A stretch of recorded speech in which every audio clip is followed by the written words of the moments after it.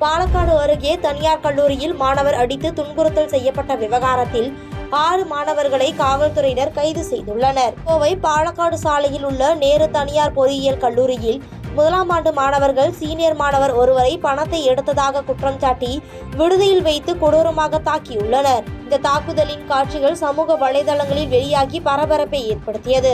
இந்நிலையில் கல்லூரி நிர்வாகம் தாக்குதலில் ஈடுபட்ட 13 மாணவர்களையும் இடைநீக்கம் செய்து காவல் நிலையத்தில் புகார் அளித்திருந்தது.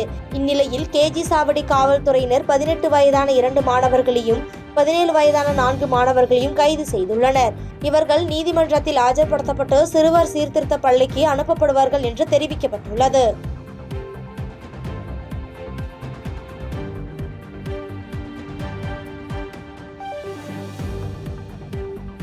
பாதகம் செய்பவரை கண்டால் நாம் பயம் கொள்ளலாகாது பாப்பா.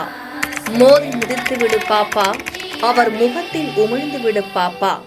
அண்மை செய்திகளை உடனுக்குடன் தெரிந்து கொள்ள இணைந்திருங்கள் எம் நாடு தொலைக்காட்சியுடன்.